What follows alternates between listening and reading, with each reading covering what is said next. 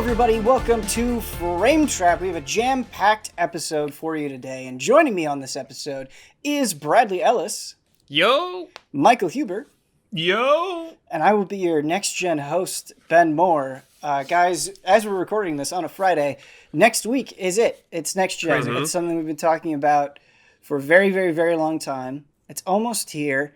Simple question. How are you feeling on the eve of next-gen? Exhausted. Yeah, very understandable. Yeah. Good and excited. Tired, but yeah, feeling good, man. It's always exciting to me. Huber, I want to know if it's the same for you as it is for me, where I feel like we have a lot to do just within Easy Allies and a lot to cover, but also the election has been exhausting. And so it's kind of a double whammy of things. I don't know if you're feeling that at all, but... Like, October was the best ever because I just chilled out and watched horror movies every single night. And then as soon as the calendar turned to November, it was like the election, next gen, reviews, everything. So that's how it usually goes, man. Yeah. When it comes all at once, it feels like. Totally just a tidal wave of everything, so... Yeah. I'm with you, man. I kind of want to just... chill out and watch horror movies myself. Mm-hmm. But, I don't know. I think something for me is not being able to really experience Next Gen in person with you guys has made it feel very weird. I know. It sucks, dude. I think there's something about just being in a space together and kind of going through the games together and bouncing ideas off of each other. Yeah. And not being able to do that, being isolated from each other, has dampened it in a weird way. And it's not Next Gen's fault, right? It's not, I'm not saying that as a criticism of PlayStation 5 or Xbox Series S/X. It's just, I don't know. It feels personally less momentous. It's just more 2020 bullshit, you know? Yeah. Like everyone, I mean, it's an old tired thing. Everyone complaining about 2020, but you're like, definitely is involved in it. Yeah. 2020. One thing, Ben, I've noticed that helped for me is that Kristen is also really interested in Next Gen, so I've been able to hype things up with her, which really helps. Yeah. Does Abby get involved with it at all with you, Ben, or Huber's Beth? Keep tabs on it with you? Brad, that's a really good question. So Abby has gotten really into games. We've actually been playing, I'll talk about it more this episode, a lot of Dead by Daylight together. And she really likes that, and she's enjoyed watching that, and so that's been fun. So we have a lot of games that we share together. We're also playing Resident Evil Remake together, which has been fun. But in terms of technology, we kind of joke. There was a long time where she's like, well, why do you need Blu-rays? Like, I can't tell the difference between Blu-rays and DVDs, right? Like, or like, why do you need 4K? And it's just that sort of stuff to her is just not a big deal. She's like, I don't care. I don't really notice it. And so I don't think there's anything in Next Gen that she's super excited about. We didn't play Spider-Man together, so maybe we'll play Miles Morales together and we'll see. But she's just kind of all about the games. Yeah, sure. Same with Beth. Same. Can't tell the difference between like Blu-ray and standard def. You gotta do the side-by-side thing with her. Yeah. That would help a lot. This is way back. When I was freelancing for game trailers, I went and I visited Abby, and she lived in a really tiny town called Washington, Iowa. And she had the worst internet ever. And what really highlighted like the difference in our priorities is like I needed to have internet to do freelance work, and the internet went out. And she's just like, oh, yeah, this just happens all the time. I just, like, read a book or something. And I was freaking out. I was like, no, we have to fix this. Like, if I'm staying here, I need internet to work. But, it's just funny. We laugh about it. There's something I envy about that, though. Mm-hmm. Yeah. I feel like we're so dependent on technology a lot. Yeah, definitely. It feels like the end of the world when you don't have internet. Yeah. And it's like, most of the time, it's like, oh, just chill out or something. Right. Relax. Yeah, I do. It is. It's like kind of anxiety inducing in a way that's scary. Yeah, I definitely agree with you. How dependent we've become on it. Yeah. Well, with that out of the way, let's talk about things that involve screens. Let's not waste any time. Let's open with a banger review copy provided by PlayStation. Brad, you have finished Spider-Man Miles Morales. I haven't gotten a chance to play it. Huber's not gotten a chance to play it, but you've played it. Tell me about it. Miles Morales. So I know you guys are big fans of the other, what was it, Marvel's Spider-Man, I think it was Insomniac's Marvel's Spider-Man. Yeah, crazy name. Yeah, so this is a continuation of that story. It takes place after it. You are not Peter Parker in this one, as everyone knows. You're Miles Morales. It definitely feels like a nice little jump from Spider-Man, but not quite in a jump from like 1 to 2. It feels like a 1.5, but not in a bad way. Where it feels like way more, like it keeps the spirit and the formula of the first game, but just more refined all around. Miles he like feels a little different than Peter. He has like less abilities, I would say, Peter, but it makes sense where he's at in the story. I don't really want to get like too deep into story or anything like that because, no one's been able to really play this. But just general thing, I would say if you like Spider-Man, the past one, you're going to be very pleased with this game. Sure. Brad, what was like the main takeaway that was like, yo, this is PS5 Spider-Man that was my versus question as well, when yeah. you originally, like, what was the thing? Or were there any? Visual. Like, I noticed, like, one thing I just noticed, I haven't played the original Spider-Man since it came out pretty much, but I noticed how many just people were on the street. And, like, I played, so there's 2 modes. You could play the 60 FPS, like, I think it's 4K still mode, and there's the 4K enhanced graphics with, like, ray tracing puddles and all that stuff. So I played mostly on that thing just to see the way the game looked, and man, that game looks really good at a lot of stuff. And I was watching things like load. I remember in old games loading, just going really fast through stuff, and it's just like there's nothing like you could say this game's loading right now. Even like fast travel, you do a fast travel thing, it's like 1, 2, you're there. It's like 3 seconds, you're there. So legit. In terms of like investment in the character and the story, how would you say it compared to Spider-Man? Because I would say that was a big takeaway for a lot of people is the storytelling in Spider-Man. For sure. So I'm not super familiar with Miles Morales as a character. I haven't seen Into the Spider-Verse. I didn't really know anything about him. Sure. But I think they do a good job of like, obviously the game is shorter. It's a smaller game. It doesn't flesh out Miles maybe as much as Peter got, but I think they do a really great job of exploring Miles, where he's at in life, his motivations for doing everything that he does. Does he feel dramatically different from Peter Parker? He has like a few abilities, so he has gadgets like Peter. He only has 4 gadgets, though. I think Peter had 8 or something like that, but he has these venom attacks, which essentially like ban like a meter you can burn. Okay. Just build up a meter in combat, and he can like have those electric powers get involved. So you could like do some electric punch or some slam on the ground with electric abilities like that. Did you find the game pretty easy, especially having already played through Spider-Man? Yeah, I think difficulty-wise, it's probably on par with the past one. There is harder difficulty. I didn't play on the hardest one yet. Okay. I played on the second hardest. And is all that stuff available out the gate? Yeah. Okay. Yep. Nice. Yep. Cool. So you can just do what you want. Yeah, you're right, Brett. I really liked the original Spider-Man, and I'm super. That's such a weird thing to say, the original Spider-Man, but you know what I'm talking about. I'm really excited to dig into Miles Morales, and I think it's kind of in that perfect thing where it's like, yes, I'm excited about new consoles, and yes, I'm like not sick of this take on Spider-Man. Like I'm ready for more. It's like in a perfectly primed position, and so I feel like I'm going to like it no matter what. But I remember one of my critiques, one of the biggest takeaways that I had from Spider-Man, an area that I thought they could have improved on, is I remember thinking the boss battles were just okay. Instead of being like these sort of unforgettable encounters, they were just whatever. They didn't really do anything too interesting mechanically. Is that the same case here? I think they're fine. I think they're enjoyable enough where I was like, oh, it's like somewhat involved. You know, you got a few things you can do in this fight. It's not gonna like, from our standards of like what we love from boss fights, it may not reach those heights of like blowing you away or anything, but I think it's really solid. It's Ben, it's hard for me to compare it against the old Spider-Man boss fights because it's been so many years since I've played that. But definitely in these fights, I was like having to pay attention at least, you know? I'm like, okay, I gotta do this, I gotta do that. This is a 2020 moment right here. Was Spider-Man 2018 or 2019? I think it was 2018. Because 2019, it was not 2019, it's 2018. We're in a time that feels both impossibly fast and impossibly slow. Sure, Same exact I don't moment. understand. Yeah, it's very weird. It's like we're in a From Software game. 2018, Ben. 2018. 2018. Okay.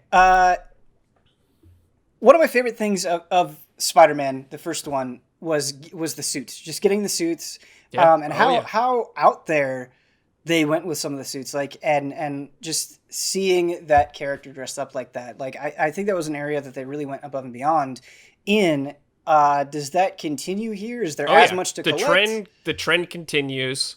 All that stuff. I don't know if there's as many suits as Peter's, but there's quite a few. Okay. Like, I haven't even got them all. There's still a couple I can get. Nice.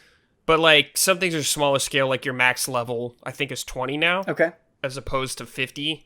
But there is New Game Plus, I think, and you can get some extra abilities in there.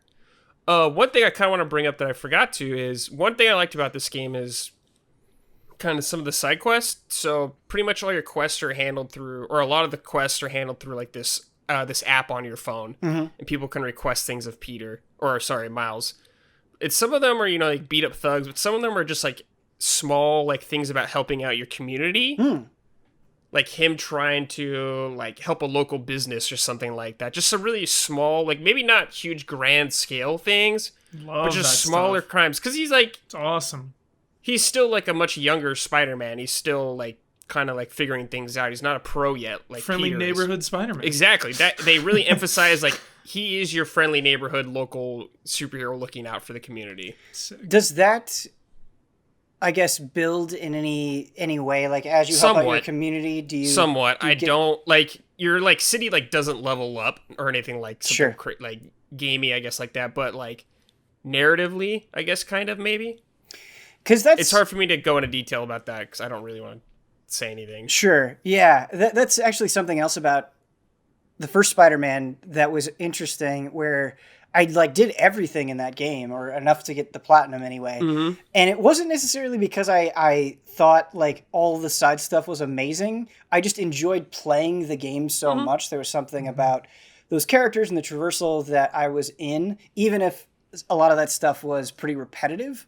Do you think Miles Morales does a better job of incentivizing you through its storytelling to engage with that side stuff? Yeah, I guess, because I think the game's smaller scale, so it didn't feel as repetitive to me. Sure. Okay. Like, one thing that drove me crazy about the first game was, like, just that the cutscene of you stopping, like, a car, like, 100 times in the game. Yeah. It's, like, the same exact cutscenes. Like, not as much of that in this game, I felt like. Like, I didn't run into too many instances where I'm like, okay, here, because I'm doing the same thing for the 100th time. Right. I haven't done everything yet, but I haven't hit that point yet. You mentioned just visually it looking good, and you mentioned the loading times. As far as like DualSense specific stuff, does it use like haptic feedback pretty well? Yeah, it does. So like, especially with web swinging, you get a little tension when you're pushing down the trigger button to swing, where you can feel a little pushback. So it definitely feels like you're more engaged with it. That's cool. That's really cool. So now, we have Spider-Man, we have the DLC for Spider-Man, and we also have sort of this 1.5, but not in a bad way, as you referred to it. If they were to announce, like, next month, like, hey, we're making Spider-Man 2, it'll be a full-fledged sequel, it'll be out 2021, are you still hungry for more?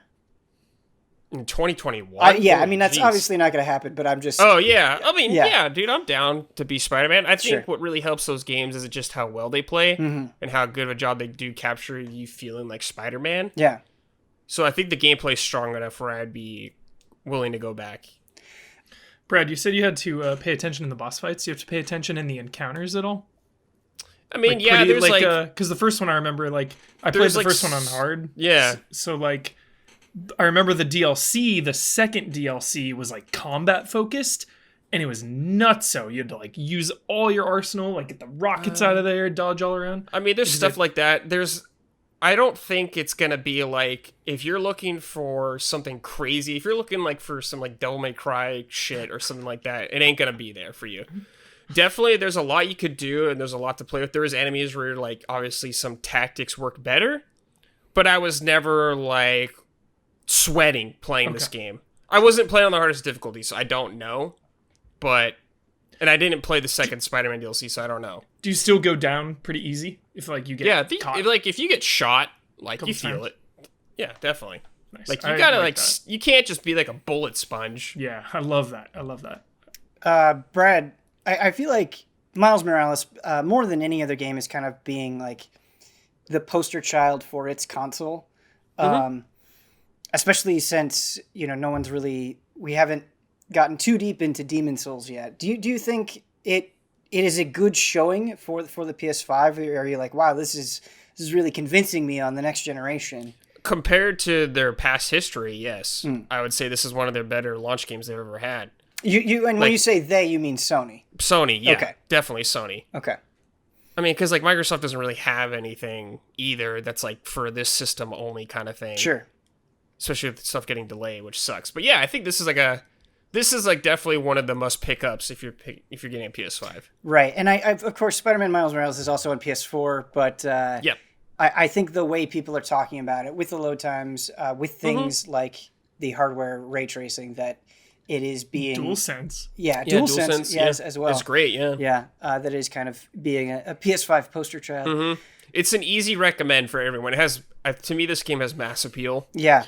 I think recommend to anybody. I think that's exactly where you want to be in next gen. Is you want that easy recommendation. You don't want to, like, I feel like you could say to anybody that was interested in next gen, if any of your family members or like friends that you haven't seen in a long time, they're like, hey, I'm getting a PS5, I don't know what to get. Like, it's the easiest recommendation ever. Yeah, and I think that's an extremely beneficial place to be in. I feel like every human on Earth I could recommend Spider-Man 2. Yeah, the PS4 one. Like, would you recommend it to Willem Dafoe, the Green Goblin?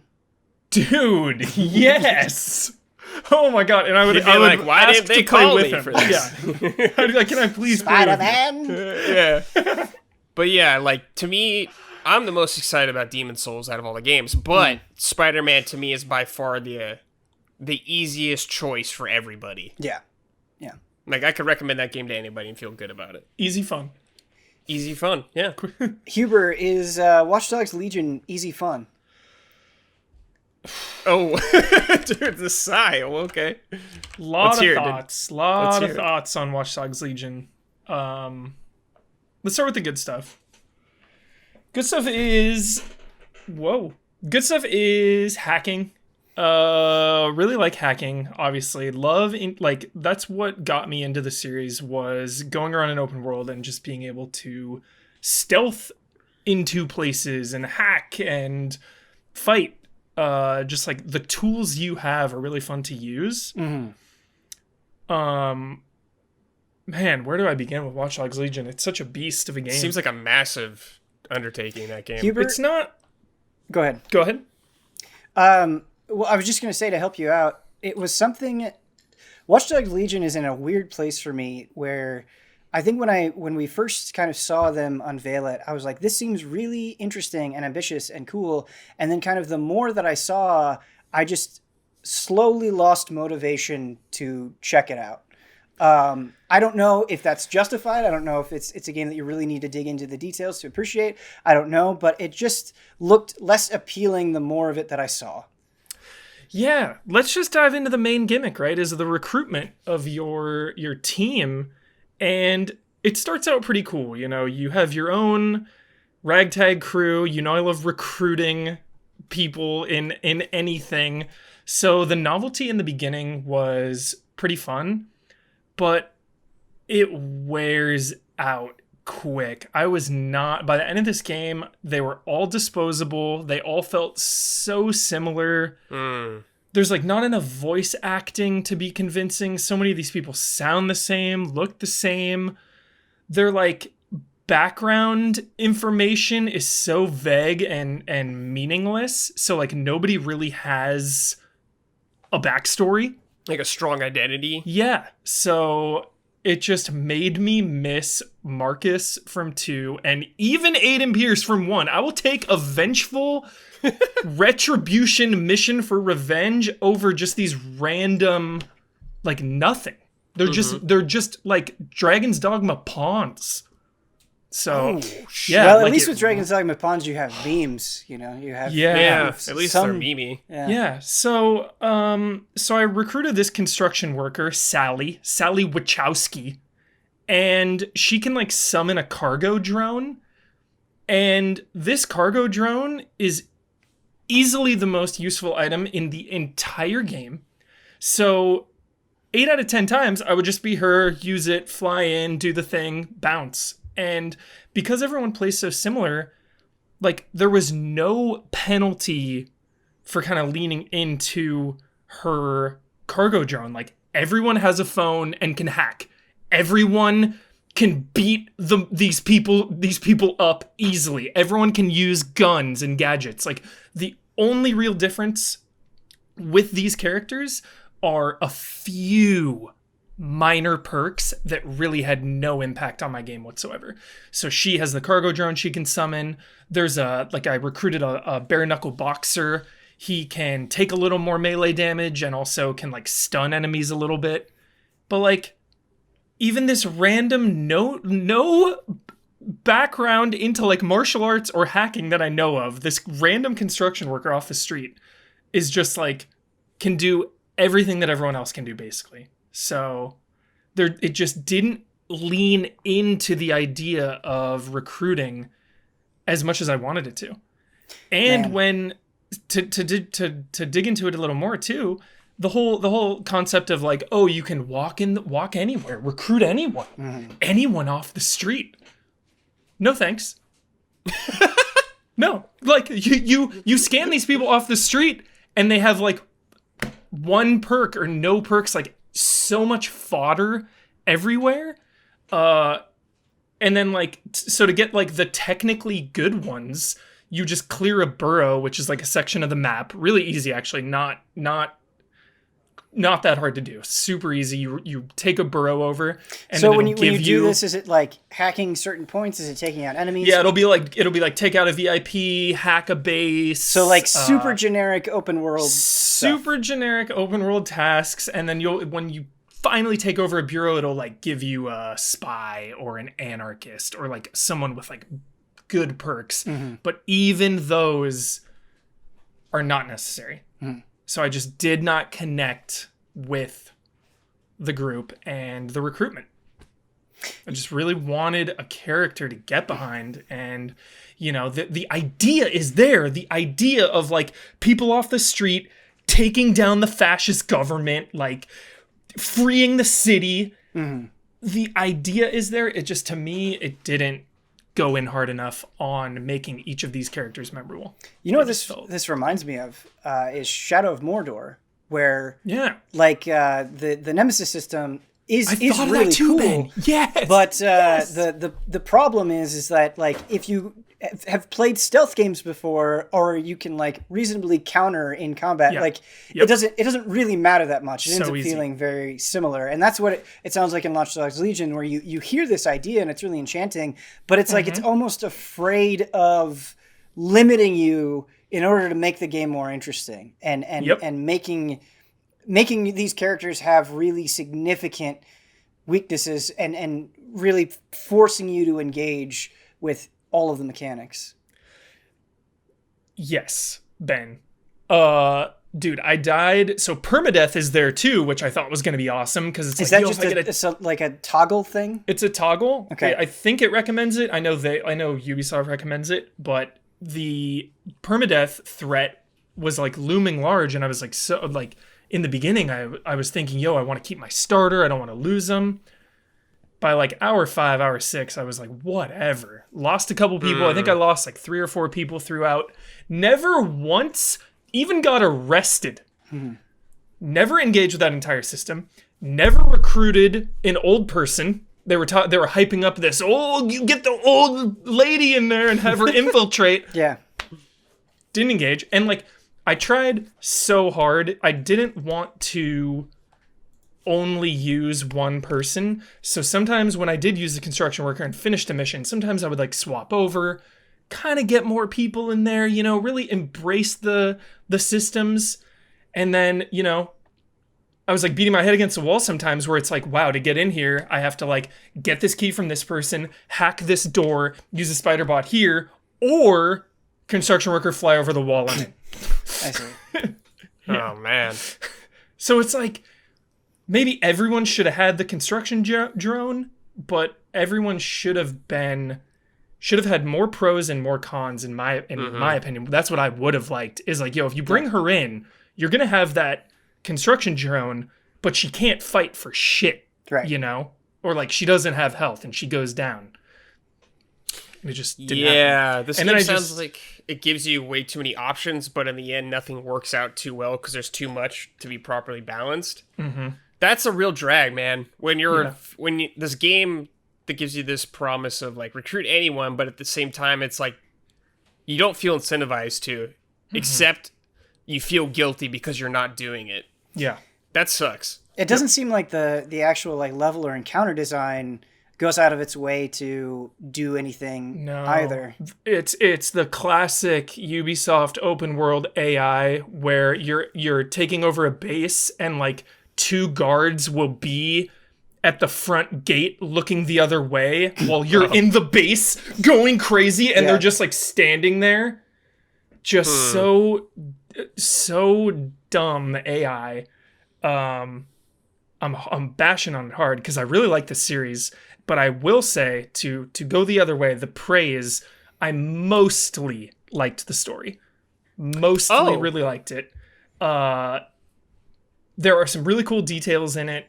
Like, if you like this series, I don't think it's as strong as 2. I haven't played 1 in a long time, but I'm always a sucker for a revenge mission. There are like a bunch of mini arcs and then like the overarching, and some of the mini arcs are pretty cool.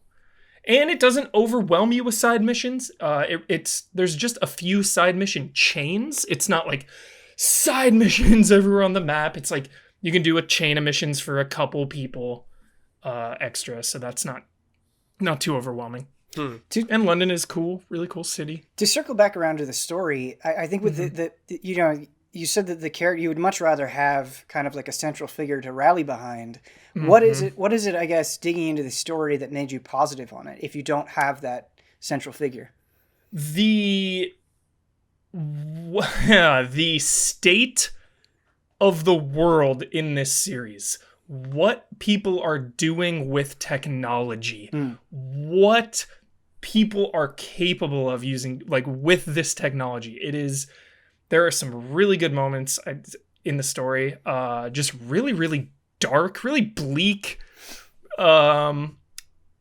I don't want to go too into it, but it's like pretty intense. Do you think that stuff is interesting because it's believable? You know, kind of like the best of Black Mirror, or yeah. Just because it's pretty creative? smart. Okay. I thought the dialogue was not great, but the story was smart. You know what I mean? The details in the story, what some people were doing, I really liked. Like, oh, that's creepy and crazy and cool and interesting. But then it's just like your dumb avatar walks in and is like, rah, rah, rah, rah, rah, and then just kind of kills the mood. And is there a lot of repeated dialogue? Repeated voice acting, repeated accents. A lot of people sound similar. A lot of people just don't sound like how they look. It's just bizarre. Everything is procedurally generated. It's just weird. And did you play this on PS4? Yeah, just PS4 Pro. Visually, what did you think of it? It was struggling for sure. Struggling in terms of frame rate or just visuals? I spent a lot of my time flying on the cargo drone, so just like looking out into the distance, you know, kind of blurry, a lot of pop in. When you go into some interiors, it looks really good. It runs well, even on current gen. It was a pro though, so that definitely helps. Runs well, looks good, but I want to see it on next gen. And the thing is, with all this down talk, because I'm invested in the story, I still am intrigued for their DLC is coming down the line. I'm still intrigued about the story. I just like the world, and I like government sketchy government using technology to like subjugate you. It's just like, I'm into it. I'm intrigued. It's just my least favorite of the series. Yeah. Oh. Yeah. I have to say, I think you have that attachment to Watch Dogs driving you forward. As somebody who does not, my number one interest was, this is a cool concept. How well does it execute on it? And it just sounds super disappointing. Like, it's really, it really was. It was really just the entire concept of the game is built around, let me down. Damn. Yeah. Damn, that sucks. Yeah, you mentioned just shady uses of technology and how that is used to manipulate people. And I wonder if just Cyberpunk will fulfill that void. I don't know. Yeah. We'll see. Probably. They're probably going to be doing the same shit. Yeah. Like, some of the stuff was cliche, but it's still... Yeah. I'm super into it. Cliche can be fun sometimes. Yeah.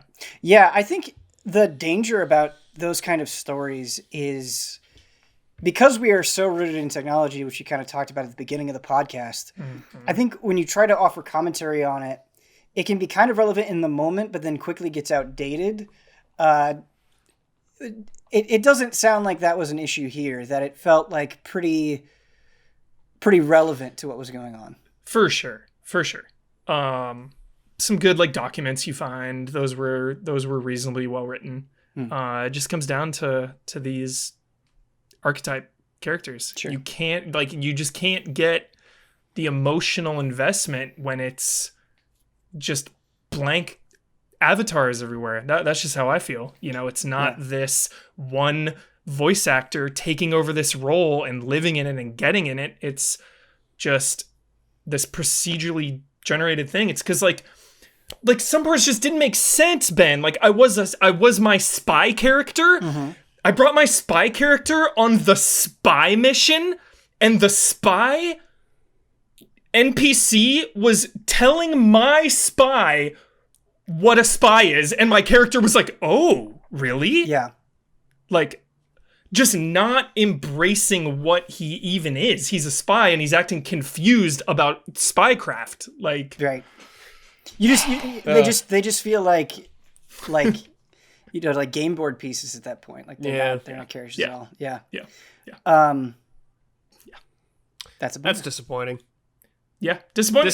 This is what I thought the game would be, but unfortunately, it is kind of what it ended up to be, I guess. Yeah. It still had some fun again to close it out. Oh, still had fun going through. London's cool, open world, and the overall story, I'm still invested. Any interesting online stuff? Because I remember in Watch Dogs 1, that was something that was kind of a feature of it. Is just not out yet. Not out yet. Okay. Not out yet. I believe it is next month when next gen launches. It's coming. It's coming soon. They said. I don't know the exact date. It's either when next gen launches or next month early. I want to say December 3rd. Do you know what that entails at all? There's a spider bot deathmatch mode, which sounds pretty fun. Those were really fun. There were not enough of those. These spider bot missions where you like take your spider bot up the Tower of London. It's really cool. Nice. Like platforming. There's that, and there's co-op, 1 to 4 player co-op, like missions. You can even do co-op, like the open world co-op in London together. It's been really interesting. It seems like with so many major games that they come out and then they kind of have a resurgence when their online mode comes out a little later down the line. Yeah. So I'll probably check it out like on PS5 or something because I think it's a free upgrade when you get it. So. Well, I've been playing, pretty much just mostly playing Yakuza Like a Dragon, not Yakuza 7 over here. Yeah, I have a lot to say about this game. I like it. I definitely like it a lot. I think Hubert, to kind of bounce off what you were saying about Watch Dogs, it has the opposite thing going on where I am extremely invested in the central cast. Nice. I do have some reservations. I think with the battle system and definitely with the pacing and how they tell some of the stories that both feel kind of rooted in long-term series problems that I've experienced before with Yakuza, and like weirdly it becoming a JRPG. Like it seems like it's taking on some JRPG package as well. So I don't think it nails all of that stuff. But going back to the storytelling, I was actually really worried at first. So I'm inching my way to the end. There's a lot to engage with in this game. There's so much to do. But I'm inching my way to the end. I'm about 30 hours in. And at first I was like, oh no, like the way, and I don't want to go into the details, but the way that they set up the story, I was like, we've done this before. Yakuza, like we've done this story before. Don't do this again. And I was actually really worried, but once you kind of get out of those opening chapters, things really start to change in terms of the narrative and character development for the better. And one of my favorite things about Like a Dragon is Yakuza. The Yakuza games always have a great cast, but I feel like a lot of times it's very focused on the protagonist, right? And so, like, you think about Yakuza 0, whether you're doing Kiryu's storyline or Majima's storyline, it's not that they aren't interacting with other characters and don't have great moments, but they're dealing with a lot of things kind of by themselves, right? You're fighting kind of by yourself a lot. You know, you're doing boss battles by yourself. And I think something that Like a Dragon does that's so good is sort of the three main characters all feel equally important to the story. It's not just the main character that is getting all the attention. Obviously, he's the one, Kasuga is kind of the one that is rallying the troops. He's definitely the hero of the story. But I would say the people that he's leaning on the hardest, they all bring something to the table and they're there every step of the way. And so as you're kind of uncovering this mystery, and the mystery is really, really, really good.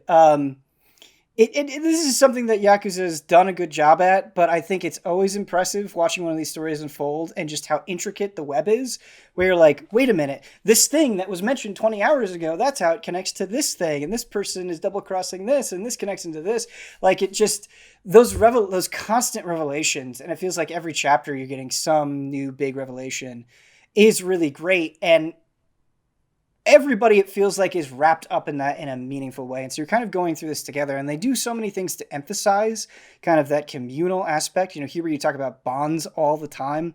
And I know you've mentioned it with Yakuza before, but here I think it happens quite literally where, like, you'll be walking around town, right? And you'll just get a dialogue prompt, and it'll be like, oh, I'm going to have a conversation with my party members about how this statue kind of funnily looks like one of the guys in my party. And it's just like a moment where you just kind of stop and take stock of things. And as you battle with them, as you eat with them, as you do different activities with them, you'll kind of raise your bond level with these characters. And then when you go kind of back to this bar that is your hub, you can go and have conversations with them, and it will go into their individual storyline. And so, like, you'll get a piece of it, and it's really fascinating, kind of how it plays out, because you'll get into it and you'll be able to pick an option as you're going through, you know, an individual character storyline, and the option that you pick will raise one of your stats. Like, oh, by choosing this, that was a smart decision, so you raised your intellect or you raised your style. And then those stats influence other things. Like, there's people that you can talk to, and it's like, oh, I can't get any farther with this person unless my style is up enough. And so there's so many ways that the game feels like it's feeding back in on itself, where it's like, by participating in this with this character and furthering their story, I'm developing this stat that will open up these other opportunities. And it's just like the game is connected in ways where it's like, what I'm doing matters not just on its own, but it matters because it's feeding into other things. And I know that's something that you've talked about with Yakuza before as well. Yes, dude. Yes. The way everything feeds in on itself is like the most satisfying part, dude. When you have, like, you're talking about all these good, awesome characters that you're invested in, and you're invested in your gear and your stats and your levels, like, perfect storm of a 10 out of 10. Yeah. And something that I think Like a Dragon really puts other games to shame on, and it's not everything, right? Like, I don't want to overstate it, but I don't want to understate it either, because there are some things, there's this part-time hero stuff that you can do, and it's basically like a side job, and you can just like go and deliver items and just get into fights, and they don't really have a strong story attached with them, but almost everything else does. And that is what is really remarkable about this. So it's like, I already mentioned, raising the bond level. You get into really deep individual stories of people that are in your party, but there's like a Mario Kart minigame. Like, it's actually just Mario Kart. It's called Dragon Kart. And awesome. When I say it is Mario Kart, I mean it actually. Like, there's coins that increase your top speed. There's boost pads. You get items on the track, like a rocket launcher, which you can use to blow up people, right? That's great on its own. Like, it's really fun just doing these races. And it's a pretty substantial minigame in an expansive RPG. But what really makes it sing is there's an entire storyline attached to it, right? So you're not just doing these pocket circuit racing. Right, you're not just doing these races out of context. And again, this is a strength of Yakuza, right? Like you mentioned, the pocket racing, and there's other examples that you can point to. But I'm getting jazzed to do stuff not just because it's going to level me up or get me an item, but because I'm actually interested in the stories that play out. And like the people that you're racing against, you talked about in Watch Dogs how a big problem of it was just things felt interchangeable or things were blank slates. Like the people that I'm racing about in this Dragon Kart mini game, like I go into their stories, like they taunt me before and after the race. They have motivation for going against me. And it's not necessarily the deepest thing, but this game tries to give you so much reason for doing stuff. There's a really crazy mini game where you go to this old cinema. And it's super fun. You're like trying to stay awake during a movie, and you have to fight off these sheep businessmen. And it's like a mini game where you have to hit directions on the D-pad and face buttons on the controller to try to bat away the sheepmen so they don't make you fall asleep. And it's just crazy and visually pretty fun. But that ties into a story about kind of this cinema that's showing old movies and how people don't appreciate it, and you kind of get to know the owner there. And that applies to all the sub-stories as well. Like, it's so much fun doing all these sub-stories, and getting involved with this town. Like, it just feels like it has so much life in it. Yeah, for sure. I have questions, Ben. Yeah, go for it. So the biggest, two things. One is the biggest thing to me is just the combat. Yeah. Is how it's delivered. How does it work? Right.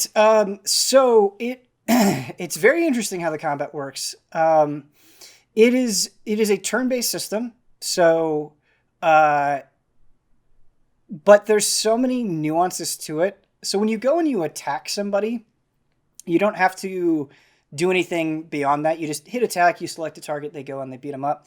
But a lot of your skills that you have some sort of timing requirement where it's like, okay, for this, you need to mash the X. I've been playing on Xbox, so that's what I'll be saying. You have to mash the X button, and if you mash it enough in time, you'll do extra damage. Or it'll be timing based, where it's like, okay, when this circle closes, you have to hit Y at the exact time, and you'll do extra damage.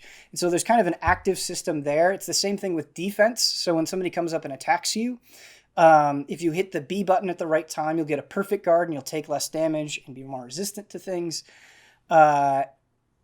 So it's kind of a mix of it is turn-based, but there's things that you have to do. And there's an auto battle mode, which is helpful, but the auto battle doesn't take care of those extra prompts. So if you want that extra damage or you want that little bit of extra defense, you still have to do that stuff, even if you put auto battle on. Gotcha. Does that make a big difference, the bonus damage and defense? From getting the prompts? That is a good question. I think that the technical answer is yes, but it doesn't always feel that way. And I'll kind of circle back around to that. There is some other interesting things with combat as well. So when you knock people down, so let's say you just do a basic attack. Well, it's you may not be getting as much damage with the skill, but this basic attack will knock somebody down. You can have somebody else follow up and hit them while they're on the ground, and they'll do more damage. So those things play into it as well. And the environment that you're in also influences how people fight. So let's say there's a traffic cone on your way to get to an enemy, instead of just using your weapon, you'll pick up the traffic cone and hit them with it. Or if there's bikes, you'll like kick the bikes. And so it's a little finicky. It can be hard to manipulate exactly how you want it, but there are times where the environment will play a small part in how combat goes. Like there was one time I think somebody got hit by a car in combat, and I got an achievement for it, so that was pretty funny. How's it look and run on? Yeah, what are you playing on? Yeah, so I've been primarily playing the Xbox One X version because that's what I have at home. But then when I went and got captured for it, I played it on the Xbox Series X. So I've put in a few hours on the Series X version, and it's smoother and it's just much faster. Like the loads are just much faster on Xbox Series X. And so I would say if you can play it on the Series X, that's definitely the way to go. The number one thing being the loads and how much faster it is. But it hasn't been like, if you don't have that option, I don't think it is vastly inferior. I think it has looked and run perfectly fine on my Xbox One X. To me, they're in the West at least. They're marking this game kind of. It's not 7 here. Yeah, it's like a dragon. So yeah. Is this like an appropriate entry point to the series for people? Do you think? Yes. Mostly yes. So what I would say is I don't think you need any prior series knowledge to appreciate the story or the characters at all. They really don't lean on prior Yakuza stuff in a way that makes it feel remotely necessary. You can totally jump in here, and it makes sense that they're trying to distance themselves from the 7 because this really is a perfect entry point. But I think the combat is so different that I don't think you could play this and be like, "Oh, I understand how the rest of the Yakuza series is." I don't think you. Yeah. The combat is so different that it doesn't substitute for that, but it is a good at the same time an entry point. Going back to the combat though, as much as I like it, and I do want to say a couple of more positive things about it. So like heat actions are a big part of Yakuza. And how dramatic they are, like just stomping on somebody's face on the pavement just never gets old. The battle system, scraping the. Oh right, my god! Yeah, that one's good. The scrape one's good. So this game doesn't have heat actions, but basically every skill that you have sort of feels like its own heat action, and things are just so over the top, and like just being a chef and just throwing silverware at people or pulling out a portable burner and just like burning them. Like everything is just so ridiculous. There's this thing called pound mates where you can spend money to use your cell phone to call somebody in to like it's basically like a Final Fantasy summon, but instead of like, a giant beast, it's like, I'm going to summon in this guy on a motorcycle, and he's just gonna like use his motorcycle to attack them. That's awesome. Or like Can a you level crawfish. that up? You don't level that up, but it is a good reason to go and do sub stories because a lot of the pound mates that you get from doing sub stories. Cool. I'm hoping one of those is Mr. Shakedown. No spoilers. No spoilers. Yeah. No spoilers.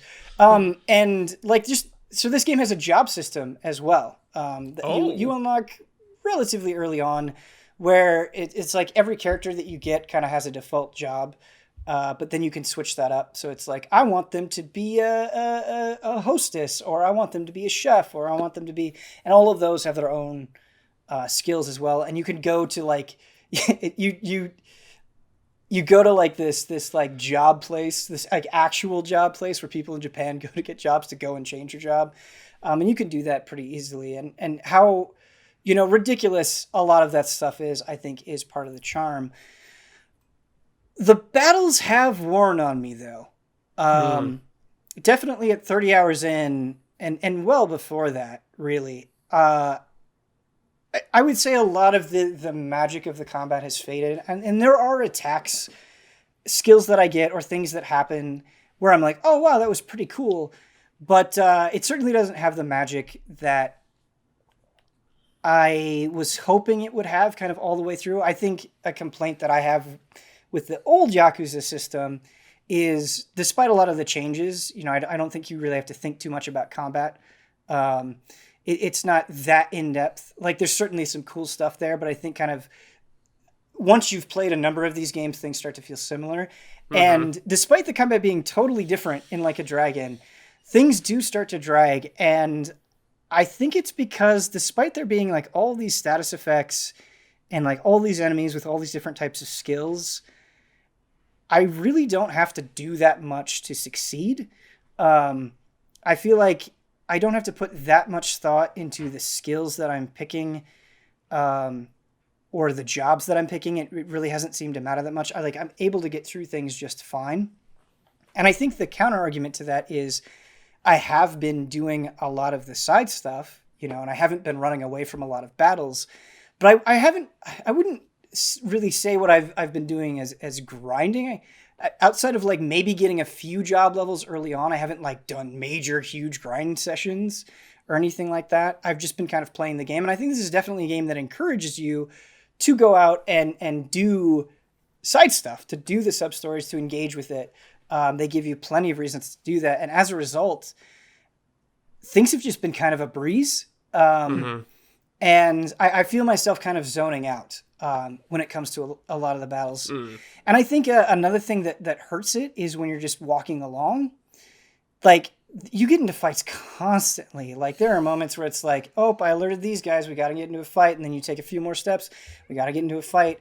And so, like, it's gotten to the point where I'm like, okay, I just want to, like, get into taxis and avoid as much of this as possible because it feels too regular for my liking. And dang. Yeah, it's funny because are there any items you could get to, like, reduce random encounters or? I mean, you can kind of avoid it by just using taxis, but the areas where you can't, like, there are dungeons that you go through as part of the story, and those are super boring as well. Like, it's a lot of like dark corridors where there's really not that much going on, and there's a ton of people to fight. And like, yeah, there are paths you can take and you can find some items and stuff, but it feels very straightforward. Yeah, I imagine it's like infiltrating like the enemy clan HQs you do in a lot of the games. It's exactly it's just kind of like I know I could picture exactly in my mind what the dungeons will look like now. It's exactly like that, Brad. But I would say because of the turn-based combat, it feels longer. So it's sort of like when you're infiltrating clan headquarters in old games, but I would say because of the change of combat system, it feels even slower, and that can definitely make the game drag. And I think it comes across in the storytelling as well, where like there are just things that it does. Like, to give you an example, it was like, hey, before you can continue on, you need to just get more money. And I was like, okay, well, I guess I'll just grind out this money before I can continue on with the story. And there are just moments like that where it feels like we could have cut out some steps here, or like by running all the way over here, like things didn't really advance that much. I think just the pacing could be tighter. Sure. In some ways. And I think it's something that Yakuza has struggled with before, but I think the combat exacerbates it a little bit. For sure. But I don't want to like, those are criticisms that I have, but I'm still having a great time. I think the story so far has been really excellent. I do care about the characters. I'm curious and excited to see where things go. I think the amount of side stuff, there's so much stuff I haven't talked about even when it comes to side stuff, that like there's this whole property management thing that has its own storyline that's super fun. Oh man. And actually there's a lot to talk about there. There's so much to dig into. It is a meaty game, and I would say a lot of that stuff is handled super well. I'm curious to see. I think the shift to the turn-based combat has been interesting, and I'm excited to see how they refine it going forward, for sure. If Yakuza 8 comes out in Japan, are we going to call it Yakuza 8 here, or are we just dropping numbers now for the future? I wonder, I think there's different ways that you could go. You could just do subtitles, kind of as you suggested, or you could do like Yakuza Like a Dragon 2 or something. Yeah. Or they could just skip the number and just go to the next one. Drop like Final Fantasy did here. Yeah. Oh, yeah. Interesting. But hyped, man. Yeah. Yeah, this feels like especially to us, this feels like the must-have Series X game. Mm-hmm. Yeah, Like, definitely. I can't think of anything more appealing to us than this one, at least. Big get, Microsoft. Yeah, big big get. Yeah, I think, especially if this is your first Yakuza, I think you're in for a really good time. I think, especially with the total change in storyline, the change in a brand new character, the change in the combat system, I think part of me was expecting more to feel different than it does. Not that there isn't a lot of differences, but I think like just the way people talk to each other, the way cutscenes play out, the way you navigate the city, a lot of it does feel very familiar. And that is not necessarily a bad thing by any means. But I think there is a small part of me that was hoping this would feel like more of a jump than it does. It definitely does in some ways feel like a jump, but I think I was hoping for more of one than we necessarily got here. But it's really good. Fair. I'm excited to see how the story wraps up. Does it feel more different to the series than Judgment did? Or is it like kind of on the same lines? Because like Judgment felt really similar, but also like a little different because of the That's a good investigation. That's a stuff? good question. I would say kind of, I don't know. I would say it practically it probably feels more different than Judgment did because the combat is just so different. I think the thing that is making that conversation a little bit more muddled for me is Kasuga is very much tied up in the Yakuza world, right? And so that feels a little bit more familiar. But Nice. I would say this feels more different because of the larger focus on like its core cast of characters, the combat, that sort of thing. It feels a little bit more different, but and I think some of the things that Judgment didn't really pan out. Like some of that like investigative stuff wasn't as cool as it could have been. So I think the things that this game does do differently, I think maybe it does it a little bit more successfully. Nice. Yeah. I'm really excited. Like I haven't touched on the story at all. I haven't gotten into the characters or why I like them. I don't want to on purpose, right? I want to keep that stuff fresh for you Dude, I'm guys. hyped for that movie theater, man. Huber, you're gonna love the movie theater because I'm doing best theaters again. I Yeah. love best. That's theaters. gonna go right on the list. Yeah, Yep. Right on there. Hell yeah. man, it might be like my Nice. favorite video game theater. Last of Us Part 2 though, really good theater. Yeah, but I mean, like, Movie theater versus theater. right? This is Differences. about being a movie theater. Yeah, That's sick. yeah. I So really pumped. want, like, as soon as you guys get into the story, I can't wait to talk to you about it. But yeah, Brad, Day one. Mm. I'm gonna give you the best take today. Oh. Boom. I'm gonna give it to you, and I want you to give me opinions on video game controllers. Opinions on video game controllers? Yeah, so you can All right. you got it? Yeah, All right, here you we got a go. combo Blunt, up. strong. Fuck the Duke controller. I hate Fuck it. you. Why do you hate It's it? way too big, man. It's unnecessary. What is that for a gorilla, dude? Yeah, Talking Wait, humans which- here. Controller. the original Xbox controller, the Got fat it. dude. That. And fuck the Wii U gamepad. I hate that thing. Why That do you thing hate? sucks ass. Why do you hate it? Again, another like you're holding like a thing as big as a book and you're trying to like play a game on it.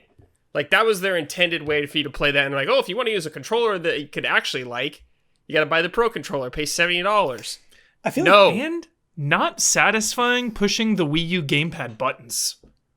true. They Not feel good. like light. the and battery they just life don't is feel also good. terrible. And the screen felt cheap on it. Yeah. It's just disaster. All right, I'm gonna throw in a challenge. However, All right, let me hear it.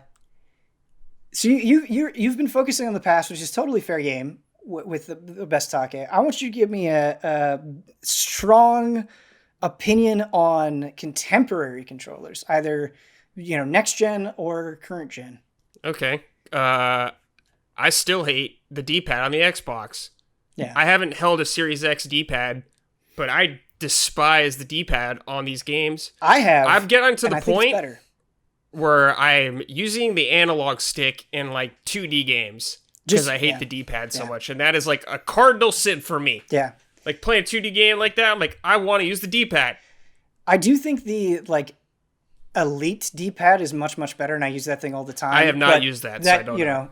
That's a must be nice category for sure. Well, we'll see what the new one. I know it's different, so I'm hoping it's good. Yeah. Does the Series X come with an Elite controller? No, it comes with a Series X controller. It's like reworked though. Yeah. Like the D-pad looks more like this Elite one. I've had a little bit of time playing the Xbox Series X, getting Yakuza footage, and I do think the D-pad is better, but it's been very limited experience. You don't need the D-pad at all in Yakuza, right? For a game like that, it doesn't really matter. But, I'm talking like 2D games. Brief time, it seemed better. Yeah. I don't know if this is really like a strong opinion or anything, but when I held the PS5 controller, the DualSense, I was slightly concerned for about a minute. But then, because it felt bigger than I was used to, held it, and I was like, okay, it's kind of big, weird. I was like immediately thinking about like playing a Souls game or something like that, my movement and everything, how it'd feel. And I was like, oh God, oh shit. Played about an hour, then I was like, oh, this feels really good actually now. Played PS4 controller after that, and I was like, oh man, my hands feel like almost cramped holding this controller now. Do you think you could confidently say you like the DualSense more than the DualShock 4? Yes, I do. I do like it. As someone who's hopped back and forth between them quite frequently now, I much prefer the DualSense. My DualSense shipped like last week, and it's so weird having a controller for a next-gen system, but not having a next-gen system. Can you use it on PC? I think you can. I haven't tried that yet. Okay, but you just got a controller. I've been focused on Yakuza, but I just have this controller ready and waiting to play Devil May Cry 5. What do you think about it? Like when you've held it? Holding it right now, I like when my controllers have a little bit of heft. Not having like the rumble pack and the N64 controller always bothered me. I always hated that feeling. It's too light. Sure, it's needed very the rumble light. pack. I really liked the heft. I do agree, Brad, that my hands feel a little bit farther apart than I was expecting. Yeah. But I might go through the same thing that you did. I definitely think once you like hop into Devil May Cry eventually, Ben, and you spend like an hour, you're gonna be like, okay, this feels good. Yeah, let's hope so. Need precise controls. I liked the back of the Series X controller. It was like rough. It's kind of like it has rough. like a grip on it, kind of. It has like a grip. Same thing with you, Brad. I was like a little nervous. I was like, this feels kind of weird. And then after a bit, it's like, oh, okay, yeah, comfy, locked in. Yeah, locked in with it. Last thing, game controller is really weird, but I like it. Feels good. What's the best part of the GameCube controller in your opinion? I think these like where my hands wrap around where like the handles feel really comfy for some reason. I'm not sure. It's something about how that controller's designed just felt comfy to hold. Do you know what I mean? Like, absolutely. I feel like your hands just the way they just slide into those triggers and how satisfying those triggers are. Yeah, very. Like I don't know about natural. Spring is action. The right word. Yeah, but it felt like just comfortable. Like it felt natural to hold, even though it's probably not, but it did. Also, I love that giant stupid A button as well. Love that A button. It's so weird, but I like the Z or the X and Y button are kind of weird to me. Yeah, and the B button's like weird, but the the A button is fun to push. Mm-hmm. I still to this day get the X and the Y confused. Sometimes I have to look. Well, it's because it's like, you get used to Microsoft's layout, then you switch to like Nintendo, and like their X and Y are like flipped. It's like they're so close, but slightly different enough. Yeah. No, I've been running into that a lot lately, where I feel like so many games I'm playing, the run button is different everywhere, and it's just been bad. It's been bad. But Brad, thank you for diving into that BESTAKE. We have this BESTAKE is brought to you by some wonderful shout out to your patrons. If you'd like to find out more, go to patreon.com/easyallies. And I figured, since this will be the last frame trap before next gen, we have to give these shout outs all of our next gen hype, all of our excitement. We have to give them a next gen level shout out. So I'm going to read all these names and then give me that enthusiasm when you shout them out. All right. Shout out to Elthanas, Greg, TheDarkKnight Kettering, Caleb Togi Crawford, and Nick. Shout out! I'm probably going to have to turn that down in Premiere. You asked for it. I did ask for it. It's true. Thank you again to all of our shout out to patrons. Huber. Yo. Talk to me about the Dark Pictures anthology Little Hope. What a mouthful. Oh, yeah. So fun, dude. Really? So fun. I haven't played it myself, but I've been seeing negative, well, kind of down reviews for it, I guess I would say. Definitely played it in the best possible setting during COVID times. You can do 2-player online. So we streamed it. We did a full playthrough on twitch.tv/easyallies, Ian Hink and myself. Really, really fun way to play the game. You know, during cutscenes, you're watching along with the chat. It's a really fun time. Yeah. So you can do 2 players online or 5 players locally, which is not happening.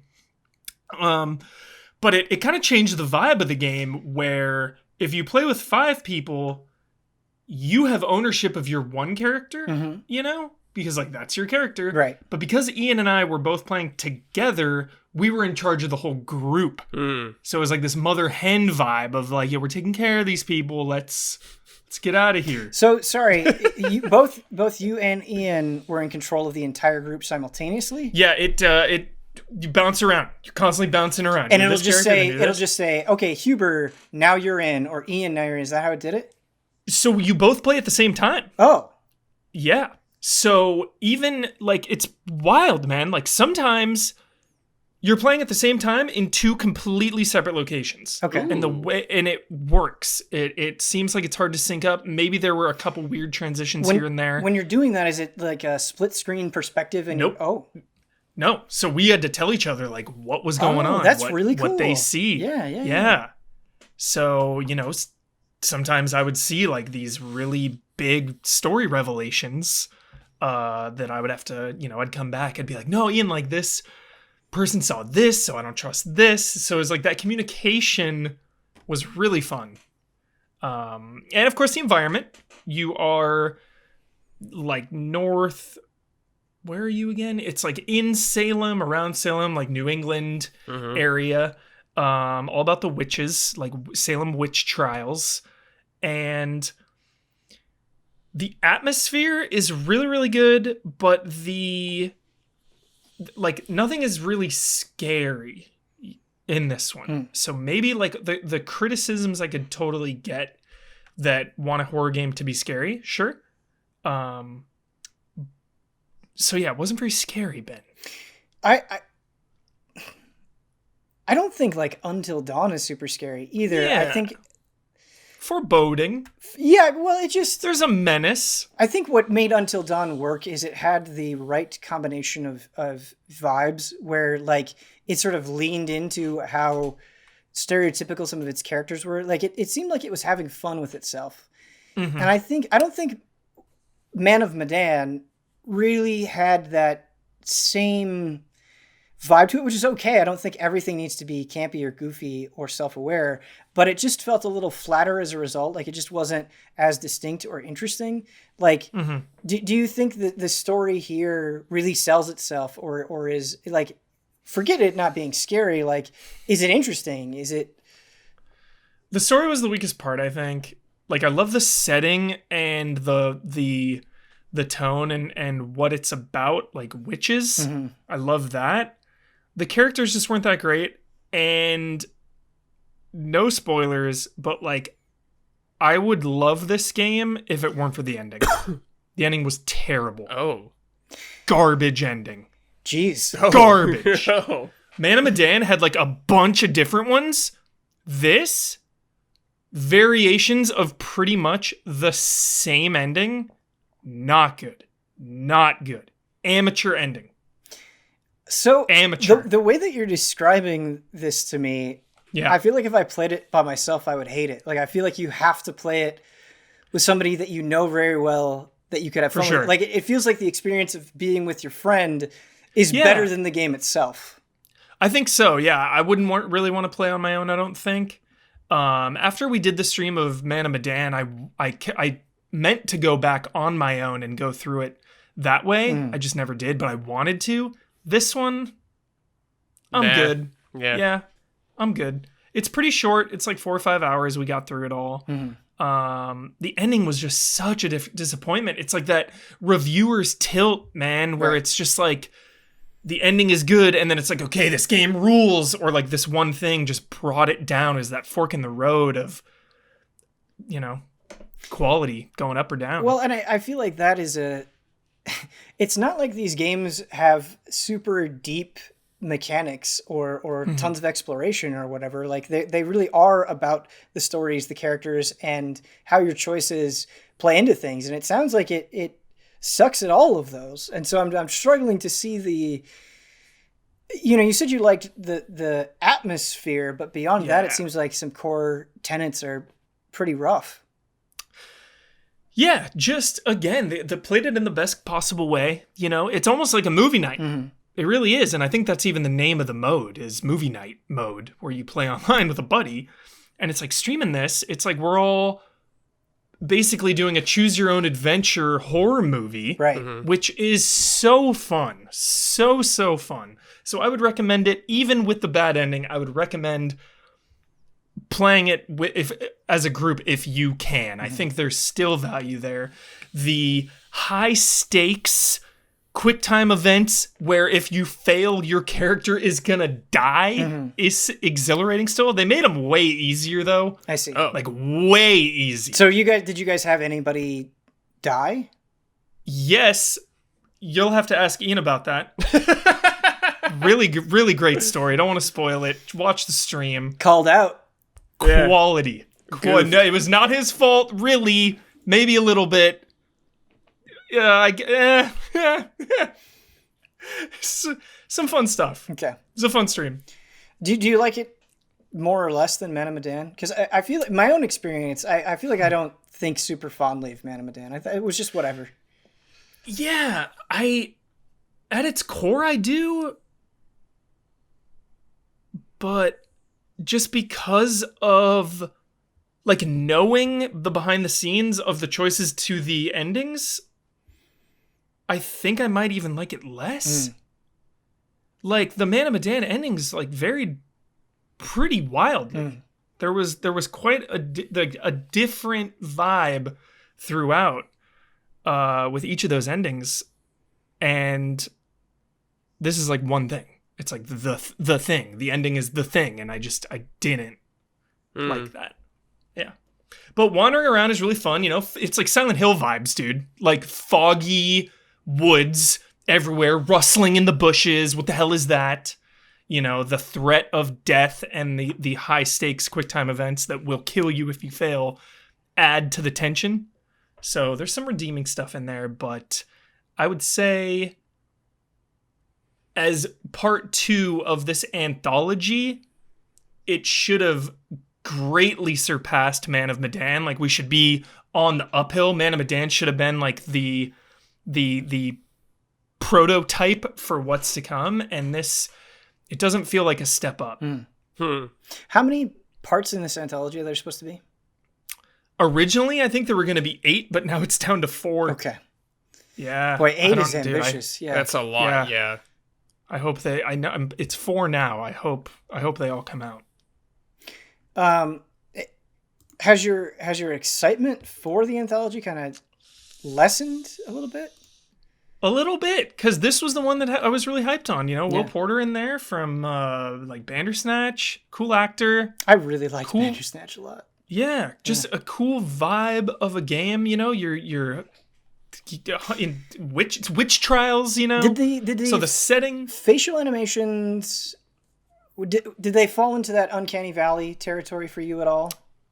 No, I think they looked good. We played on Steam. Okay. And they looked good. I liked them. Okay. I liked them. And it's just really fun when you are controlling a character and your friend is controlling a character and you're having a conversation and you both can pick dialogues for each character. Yeah. Just fun. I love that idea of playing together and having to use information that only you have. Like, that's really interesting. Yeah. Mm-hmm.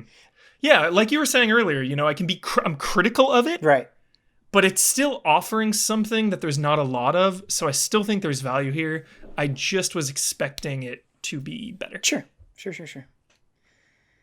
How much are these chapters? Because I think really that, in this instance, that does kind of matter quite a bit. I hope it's not 25. Okay. I think it's 20 or 25. Brad, there was a Sekiro patch. Tell me about it. Oh yeah, so they added some new features in this game. They added kind of the system where you could like leave messages behind, stuff like that. Some stuff you might be familiar from their past works. Yeah, but the most substantial thing is this kind of their past works. What? Oh yeah, these games, like Demon Souls. I'm sorry. But the most substantial thing they've added is this kind of these boss gauntlets that you can tackle. So these boss gauntlets, you can get rewards, mainly new cosmetics, like new outfits for your character, which is kind of substantial since there wasn't any in the original game. Yeah. You're always just kind of looking the same, but now you get different outfits. There's, I think, 4 or 5 in total. I've only beaten 2 so far. But for example, the first gauntlet was 3 bosses. But what's interesting about this, Ben, also, is the bosses have some new moves. Ooh. Okay. Brand new moves that really caught me off guard fighting them. So cool. Where I was like, wait a minute, what is this? I want to go back to the outfits that you unlock. Like how different are they, I guess, from the default appearance? Pretty substantially different. I guess they're very lore related items. Oh, okay. Like the first one you just get it automatically is the carpenter guy who made your arm. It's like his outfit from the past when he was like a ninja, stuff like that. Sick. Can you tell me right now, Lady Butterfly new moves? I don't know about her. Okay. There might be, but I don't. Nothing really stuck out in my mind. Rob was like, "Oh shit." Okay. I feel like they could have just done like a very straightforward kind of boss rush, but the fact that they're adding stuff to it is really awesome. It's one of those things where on one hand, it sounds really exciting. The other hand, I'm like, man, doing these bosses just individually was so tough. Doing them back to back, which that's a fun challenge. Like, it's not even a knock against especially diving right into it, without no like, yeah. Well, yeah, I hopped back into it. And I hadn't played it in a long time. Right. I was like, oh my god. Right. But for the first challenge too, you also get a brand new weapon art, which is like a really cool one. Oh. So the last boss of the first gauntlet is Genichiro, like the first phase of him. And he uses this weapon art actually on you in combat, and you get his weapon art after it. Sweet. So that's one example of a new thing. But one thing that really caught me off guard is the lightning attack he does. He hits you with the lightning, you can hit him back. Yeah. But he hits it back on you again. I see. So then you have to hit it back again. Nice. Oh, shit. Just quick little tweaks where I was like, oh my god, because I've done that fight a lot in my life, and you're kind of used to the same when it throws you. They just do a small tweak. It's like whoa! Yeah. It throws the whole thing off. So wait, how do you access these? You said there's just so 4 I think total? you have to have beaten the last boss of the game. Okay. And you just rest at an idol, and you could just select it from there. And when you beat one, do you unlock? So there's another one. There's 3 right off the bat, and when you beat all 3, you unlock a 4th one. Nice. And secrets. I think so. The first one I think has 3, then it goes 4 next, then 5 after that, and I think the last one has maybe all the bosses. I'm not sure. So the outfits and the new weapon art that you get for doing this, I'm assuming you can take that over into the main game.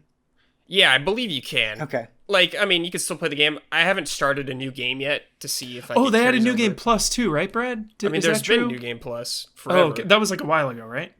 There was. New Game Plus was in there since the beginning of the game. Oh shit. I think you're thinking of like Tsushima or something, maybe. They added Yeah, a that's boss it. later. Totally. I'm thinking of Tsushima. Nice. Yeah. I'm assuming I know the answer to this, but with these boss rushes, I mean, you can't die at all. No, you die. Like, so when you beat a boss, you can rest and you get all your stuff back, which is great. You know, all your spirit emblems and your healing gourd. But like, you know, you die, it's over. Sure. You gotta start over. Yeah. So it's been like, for me, I really love that game, and I just love the combat. It's almost turned into this thing for me of when I was playing Hades, where I was like, oh, I'll just do a quick run. Yeah. I want to do a run right now. Nice. So I'm like, I'm going to do a run of this boss rush, you know, because it could take a while. Some of these fights, especially if they have new moves, like, one of them had, like, the Father Owl fight, the second one, and, like, man, he did some new shit that really threw me for a loop, where I was like, God damn. Brad, I love this, and it's something that we've mentioned before, but I think one of the best things about our the time that we're in video games is like there always feels like there's a new reason to check in, and it's like I have so much to play, but this sounds so interesting and so cool, and I love this game so much that I love that there's new, you know, some new stuff, the way that they're presenting it is new and exciting and interesting. And it's just like, man, let me just re-download it for a weekend. And that's so like, exciting, I think. You could also fight every boss if you want. You could just pick a random, like a boss, one of your favorite bosses. You're like, oh, I just want to fight this boss right now. You can just fight him if you want. You're like, oh, nice. I love this boss. So I imagine that's the whole game. Good for practicing the boss rush. Sure, yeah. If you want to practice, like, well, see, the thing is, like, the new forms of these bosses, their new abilities, you can't, as far as I'm aware, you can't practice these ones. Right. Like, you have to get there. I mean, are these new forms that you're talking about, are they so different that you really have no idea? There's a couple moves, but a couple moves in this game can really throw things, you know, like, can really mess you up if you're not careful. Dude, I want Lady Butterfly to do substitution jutsu. Wood drops. Yeah. One thing that's helped though too is I've been playing this on PS5, and this game runs at 60 on PS5, so it's like a nice new, like, me coming back to this with 60 frames and like these new bosses. It's been really nice. That's a victory lap right there. Yeah, that's what that is. I'm just like, oh, this is great. That's joyriding with the top down. Yeah, right there. It's great. So yeah, it's like a very tiny. Yeah, like, it's definitely not something for everybody. Like, for a lot of people, it's not a reason to come back to the game. But to me, it's just like a fun little update. It's totally free also, so... Huber, I know you had this recently with Dark Souls 2, and I do think the Souls series is good for this, where when you revisit them, I feel like you either appreciate new things about them or you appreciate old things in a deeper way. Are you getting that at all, revisiting Sekiro, where like you have even more of an affinity for its combat? Dude, when I was playing this game, I was like... I'm like, oh yeah, damn straight, this won our game of the year. This game is incredible. Like, it's just like, when I think about this game, I feel so happy of how it turned out, and like what I gave it as a score review, I still feel very good about that. You know, sometimes you review stuff and you may look back later and you're like, oh, I wish I did this, maybe wish I changed this a little bit. Yeah. But I still like feel really great about it. I feel like great that it was our game of the year still. Yeah. And I'm like, man, I want to play through this game again. I want to start a new game, just play through it. Yeah, Brad, I like that you're saying that, because I feel like with Bloodborne, that is a game that rightfully, I feel like, in my opinion, everybody universally kind of rallies around. And I feel like there are a good number of people who just didn't click with Sekiro, and I think that is totally fine. Right. I have no problem with that. Totally. But I am definitely in the camp of, this is one of my favorite From games. I love it. Yeah. One of my favorite games ever, of all time. That's like... Brad, dude, the fact that it's 60 frames now, it is like, this is a launch game now. I'm like booting this up. Yeah, dude. Night one. PS5 couple bosses. Best PS5 just to see how it runs. Sekiro. Just to see how it goes. Yeah, it's really nice. Man, let's do some Makiri counters. Oh, that's so good. That playthrough that I did of Sekiro last year, like, I'm just thinking back on that nostalgically. Like, I was fucking obsessed with that game. You couldn't pull me away from it. Love that feeling. Oh, it's so good. Best feeling. Speaking of things that have been very difficult to pull me away from, I've been playing a disgusting amount of Dead by Daylight. True. I'm well aware of this. Yeah, I'm really excited to talk about this game, because I think I'm finally at a point where it's I'm not going to say I'm an expert, but I think I've just been playing so much and consuming so much Dead by Daylight content where I feel like I now have a more advanced understanding of the game. And I love this game. I really do. I think it has a fair number of problems, but I haven't been this interested in a multiplayer only game in a long time. Like I feel like I kind of go in fits and starts with different multiplayer only ones, but I've kind of stuck to this one in a way that I wasn't expecting. And I think it's because of how it's designed, where I think at its base, it's so simple. Like if you play as a survivor, you need to do generators. You need to pass the skill checks. You need to open the door. You need to escape. If you play a killer, you need to run around, make sure people aren't getting generators done, and you need to kill them and put them on hooks. Like that is super oversimplifying it, but I think the reason why when we do streams of this game together as easy allies, I think the reason why they're so successful is because I think that core is so easy to understand. You don't have to know everything about perks. You don't have to know about how everything interacts with everything else. There is just kind of the simplicity to it that makes it easy to dive into and to have fun with. And there's so much natural tension and excitement there. Like when somebody fails a skill check on a gen, you're like, oh God, is the killer coming? Or, being a survivor and successfully running a killer around and then escaping from him. Like there's just, that stuff is so great. And I think the more that you get into it, how different the matches feel. Like I pretty much just play Survivor, and there's so many interesting variables. Like the map can change everything. Who the killer is can change everything because they're so different and how they get things done. Your teammates can vary so dramatically what they bring into the game versus like the perks that they selected, the items that they bring in, how they play, where like every time I'm queuing in a match, it feels different than the last one in a really, really, really cool way. And yeah, I just love it. I've been in kind of a horror movie mode, and I think that is what kicked off my interest in this game. But the reason why I'm staying with it, I think, is a lot deeper than that. Ben, when I think about this game, one thing I like about it is with games like this, I always think the role of maybe the monster or the killer is the most fun. Yeah. But I actually think the survivor role is really fun too in this game. Yeah. I think you're absolutely right, Brad, because I think sometimes when you have kind of these asymmetrical games where, somebody's quote unquote the monster, the whole idea is that they're so much stronger than you. Mm-hmm. And I think when I was originally playing Dead by Daylight and kind of in my very early stages, I was like, okay, this is a game about hiding from the killer. And the more that you play it, it's not.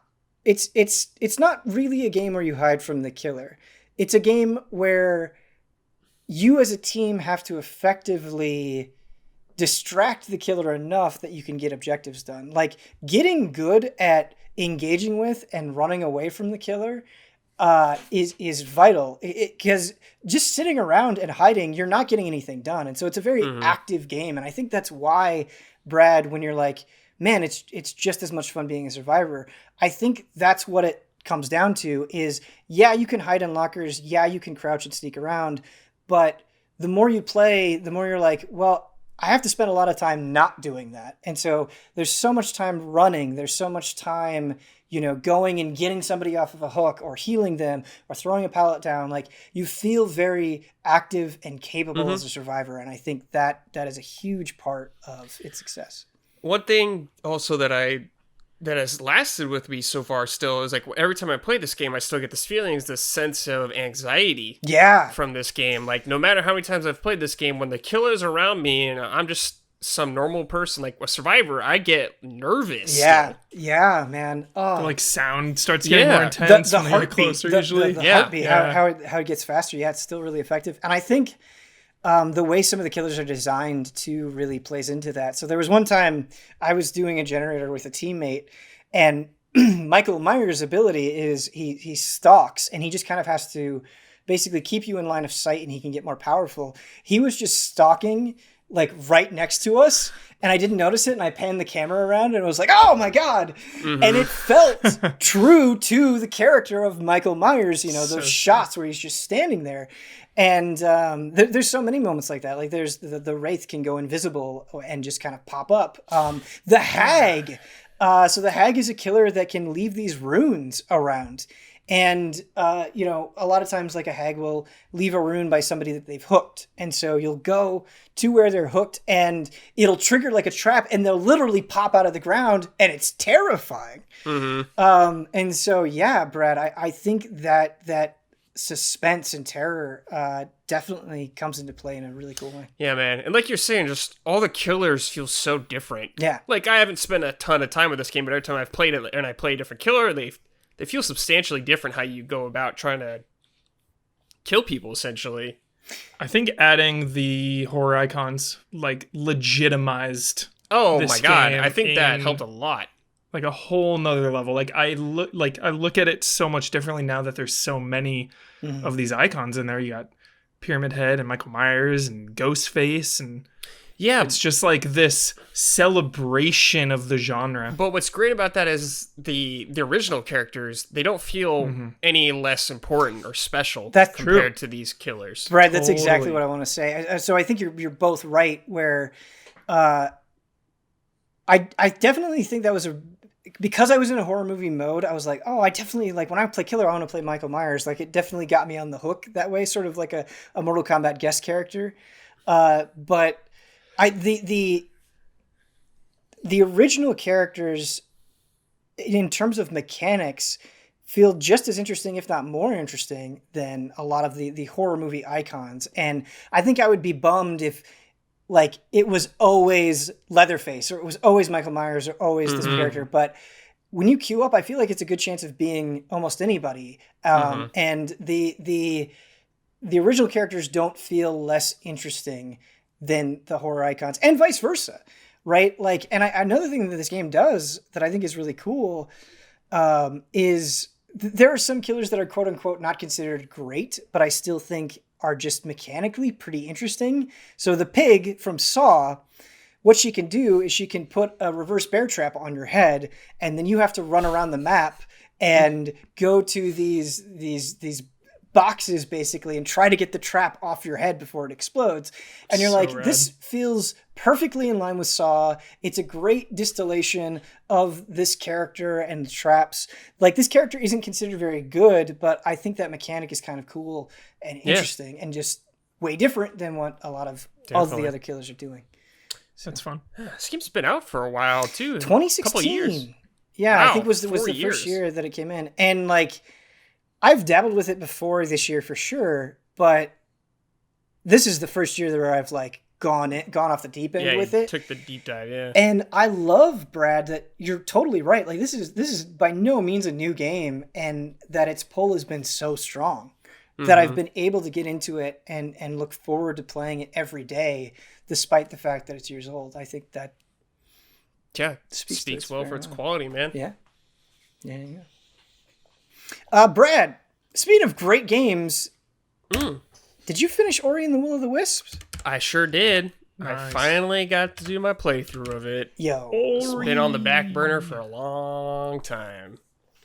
You know I love Metroidvanias, so no brainer. So. So Cody? I think it's one of the best games I've played this year. Yep. I agree with that. I played the original Ori not too long ago, actually, for the first time. I think it was like last year, maybe I went through it, or the year before that. And I was like, this is great, but there's some things I don't like about it, and I think could use work. Like the combat. I didn't really enjoy the combat in the first game. What contributed to that feeling? It's just like, I remember the combat in the game was just kind of like you mashing the X button, like shooting stuff at guys, and I was like, oh, this is kind of interesting, I guess. But I prefer more variation you could do in it, I guess. And this, just more options, I guess. And this game kind of answered that for me, Ben. Like, there's way more weapons you can mess around with. Yeah. Like, gone is like those little things you're shooting now. Like, the first weapon you start with is like a long sword almost, which is cool. But then I got a giant hammer. Yeah, the hammer's and so I was good. like, oh yeah, this is good. Not only is it awesome just because it's a huge hammer, but it also like can stun enemies because it's such like a huge blow to them, you know? Yeah. But what I like about it, Brad, is it feels powerful to use, but it also has significant drawbacks. Like its Oh, of speed course. and the way that it swings can really mess you up if you're not careful. And because of that, I think kind of extrapolating that out to all of Will of the Wisp, I think Will of the Wisp has like a really excellent difficulty curve, and like always pushes back just it the right does. amount. Yeah, it eases you in a really nice pace. Like from where you start the game to where you end up, it's like night and day of what you can do and what the game's throwing at you. Yeah. But like, man, obviously one of the biggest strengths of this series is its presentation. It's The immaculate. music is like fantastic. The art is superb. Yeah.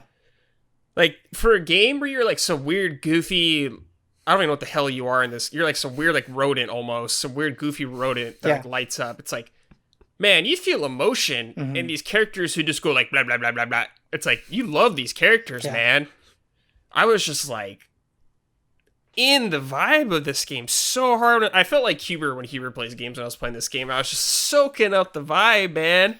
Just talking to these cool little creatures, some bird guys, some dudes selling me maps, which obviously reminded me of Hollow Knight. I was just like, oh, this is a Hollow Knight nod right here. And I think what's even more impressive about it is it's not just sort of like a visually beautiful forest all the time. Like, especially as you get later on, you have to go to different areas of the map, and they all feel just in terms different. of color, just so different. Desert, snow, like the mechanics, the little area throws like the ice level. There's like ice you got to melt with stuff.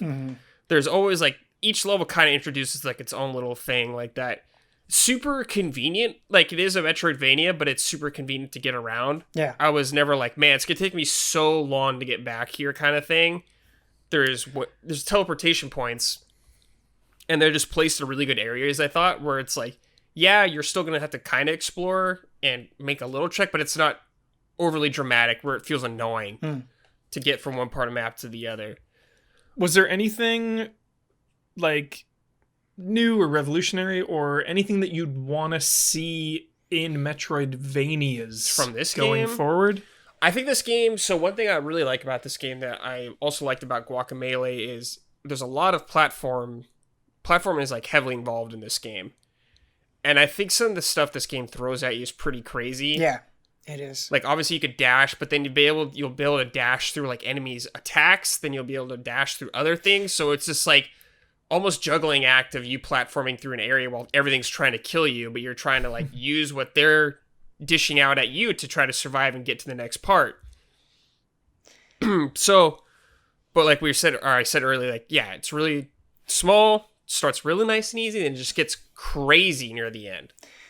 It's one of those games, Brad, where I think when you kind of describe it to people and you're like, oh, it's just a really good Metroidvania, it sounds less impressive than it actually is. Like, I think this is a game that's what happens with Guacamelee. Yeah, then. Damn it! I think it's a game that is about how well it's crafted, not necessarily like.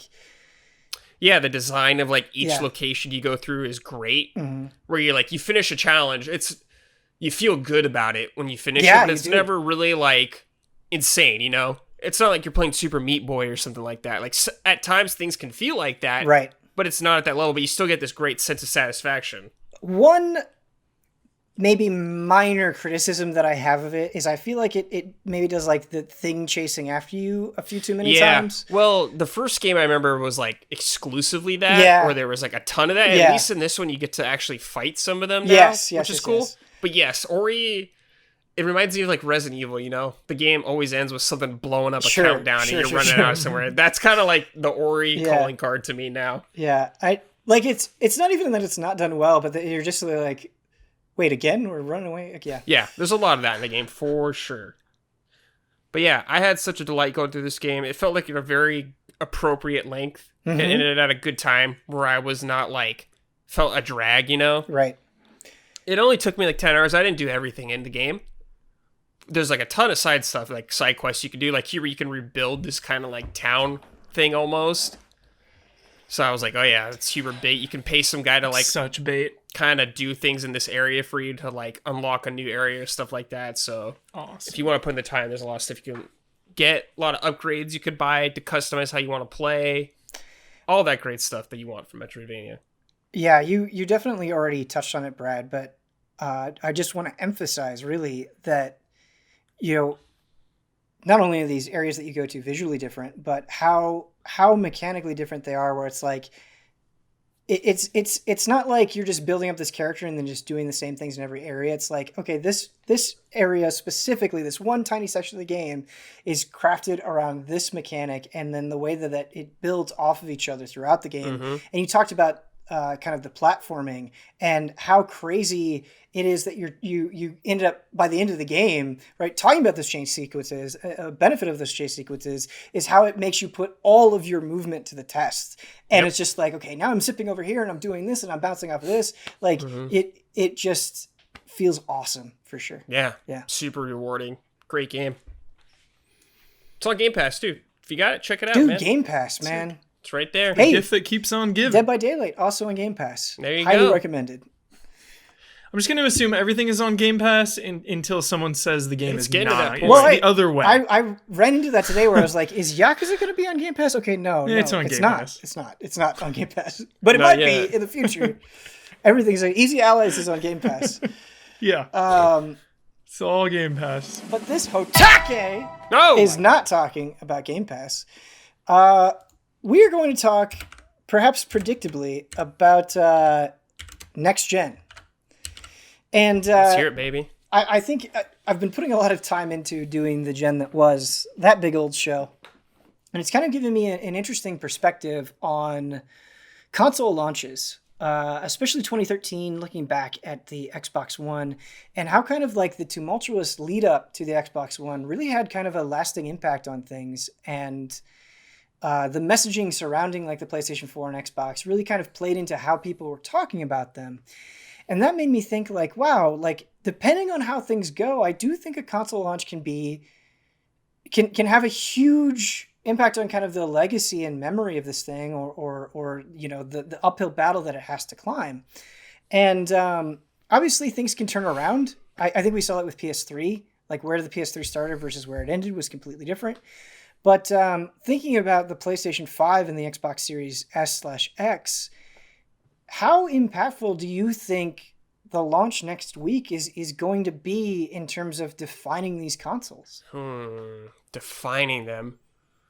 I don't know, because this is such a weird year for me, or I guess for gaming in general. Like, everyone is just hungry for game stuff. Right. Like, I feel like they're all going to be sold out everywhere, no matter what. Yeah. Even, like, regardless of the launch lineup, people are just They're already excited. sold out. Yeah, Right. they already are.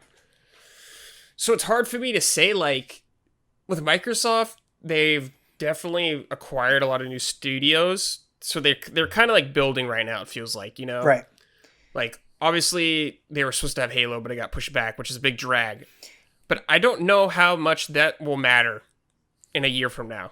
So, Brad, that's actually a question I thought about the exact same thing that you just brought up, and that's a question I have for both of you. Is I think Microsoft has things in play that will pay off in a little while, right? The Bethesda thing, all the studios that they acquired, like these are things that will have dividends down the line, but don't necessarily as much right now. Nope. Where do you think that will give Sony a meaningful edge to the point where when those things do start coming into play, Sony will have a bigger lead? Do you think that's complete bullshit? Like, what do you think about that? I think from like a perspective, people assume, you know, Sony has really strong first party, Right. which they do. And so people always expect them to have great games. So maybe if someone's thinking about buying one, and Sony is much more still in line with, you need to buy a console to play this game. You can't play this anywhere else kind of thing. So that could have an effect on it. I could see down the line, Ben, it like maybe like when, you know, Bethesda's like starts paying off, and if it's not on Sony's console, I could see that having a big favor for Microsoft. Yeah. They're like, hey man, Starfield or whatever, here's our next game. It's not, can't play it on PlayStation. Sorry. Right. I could see that being a big deal. Yeah, I think we're in the next phase of things. I think the launch, even though it hasn't happened yet, I think the like everything's sold out. Now we're into the next phase of who's getting the games, who's getting the headlines, who's getting the can't miss stuff. So that momentum will carry through and dictate, you know, the course of the next gen war, or whatever the hell you want to call it. I think that's a really good point, Huber, especially since, so many people have already pre-ordered, and so many people have not been able to, on the other side of that, been able to pre-order as well. But this next phase that you're talking about, kind of phase 2, how long do you expect that to last, and how do you envision that playing out? It's like an arms race. It's like, who's gonna get the next big exclusive, the big must play? PS5 has like Ratchet and Clank coming, but like that's a huge game, but I don't know if it's like that mass system seller, So I think, well, it's got Horizon 2 coming. Horizon 2 is a big one. God of War is but then coming. you've got Halo on the other side, so it's going to be interesting. Which is I just saw the Medium got delayed till next year now, so I wonder if they're maybe holding that to kind of go up against Ratchet and Clank. Even though it's totally different kind of games, it's still just like an exclusive versus an exclusive. And Ben, like with how Halo Infinite is going to be dealt out of like a free-to-play model on some things like multiplayer, I assume. I wonder how that will affect things, because it's going to be that on PC, I assume, too. Well, bouncing off Halo, there is something, a couple of frame traps ago, we looked at the launch titles for both PlayStation 5 and Xbox Series X and S, and just trying to look at those things, I think, as fairly as possible. I walked away from that feeling like it just feels like there's more exciting things happening on PS5. Like I'm just more excited to play some stuff on there than I am on Xbox Series X in a broad sense. And, you mentioned Halo, and what we've seen of Halo has not been great, knock out of the park home run. Right. And so I don't even feel like they have that in their pocket as a like, oh my God, a safety net. Yeah. Right. And I guess what I'm trying to say is I don't think the feelings that I'm expressing, right, are that uncommon. And so I wonder if that will have any sort of lasting effect, or how powerful the sort of can't miss it feeling is right now. I think not having the kiss of death is huge. The kiss of death being the internet meme of handing a used game to someone, like Microsoft is, and PlayStation, I feel like, are coming in relatively on this, there's obviously a little more excitement, give or take. There's pros and cons to say about both. Pros and cons, but there's no like, haha, look at that. I see. Stupid mistake you made. There's no $599 meme. There's no $509. Yeah. There, like, it could have been meme. Yeah, it could have been backwards compatibility with Sony, but they've responded with that. So I think, they don't have any baggage really right now. So it's all just going to be. Yeah, I think Xbox has baggage right now on exclusives. Sure. Like yesterday, I was thinking, cool, Xbox comes out Tuesday. I'm like, nice, I want to get my Xbox. But I was like, wait, what am I going to play on it? What am I going to play on this thing? Right. I'm like, I'm going to buy Yakuza 7, but I have to get through 6 first, so I'm not going to play that right away. And I was like, oh, man. And I was like, I don't know. I don't know what I'm going to play. My PC isn't great, and I miss some games, so, like... Perfect opportunity for you to catch dipping up. into, like, Ori and Gears, so, like, there's great opportunity. Stuff to keep some me older busy. Games, definitely. Nothing on the new front, though, where I'm like... The Medium was my most hyped game besides, like, Yakuza, and it's like, that got delayed, too. Yeah. I'm asking this question sincerely, because I wonder... I wonder how much exclusives matter, and obviously I know that they matter a lot, but I just... Number one thing for me. Yeah, absolutely. I obviously they matter a lot, but what I'm trying to say is, like, I wonder if there's enough this year where, like, if you're just a super basic, you just play video games when you can, they're just like a side hobby for you. If you're like, oh man, I'm going to pick up an Xbox, and like, it doesn't have maybe a ton of strong exclusives, but it has Call of Duty, it has Assassin's Creed, it has Watch Dogs. Like, is that, because what you're saying, Huber, there not being a kiss of death, I think that's totally true, because you have other things where it's like, with Xbox, like, not only is it compatible with Xbox One stuff, it's compatible with Xbox 360 stuff, original Xbox stuff, there's Game Pass. Like, there's so much. Yeah, there's a ton. Right. So much you can play. but from like our perspective, at least mine especially. Right. It's different when you're obligated. We're very to different. Yes. be on the beating pulse. But as like much as if you you're can. just some like, you're looking to get a new game system. I'm sure you haven't played as many games as we have, so there's going to be plenty for you to pick from still. And I feel like there are more holes to fall in than ever. Like I said, like Dead by Daylight, that's on Game Pass. You can just fall into There's that. so many. Yeah, there's so much you can play. It's Destiny is on Game Pass now with all of the expansions. How many games are available this gen or this coming gen compared to our current gen? Right. Is like kind of staggering, and how much better I think they are too. Going back to the Kiss of Death thing, I agree. I don't think there's anything that we've seen in previous generations with what we have right now going forward. I don't think that the baggage is there in the same way.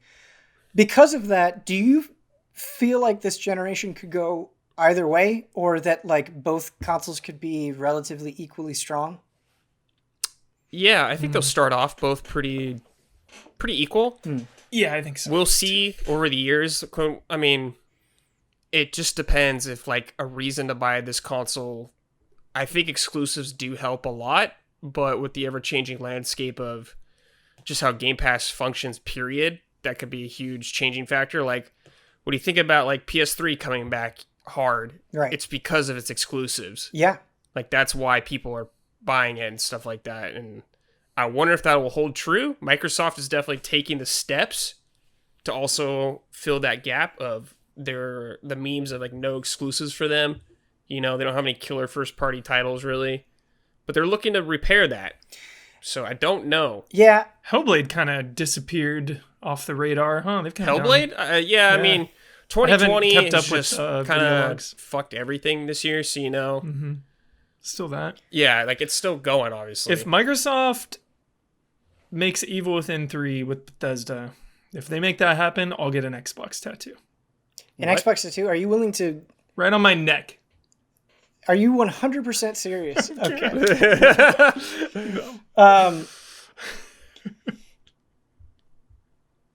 I do feel like with Xbox though, it is lacking when it comes, I think, to like the quality of exclusives is not there in the same way that it is with PlayStation.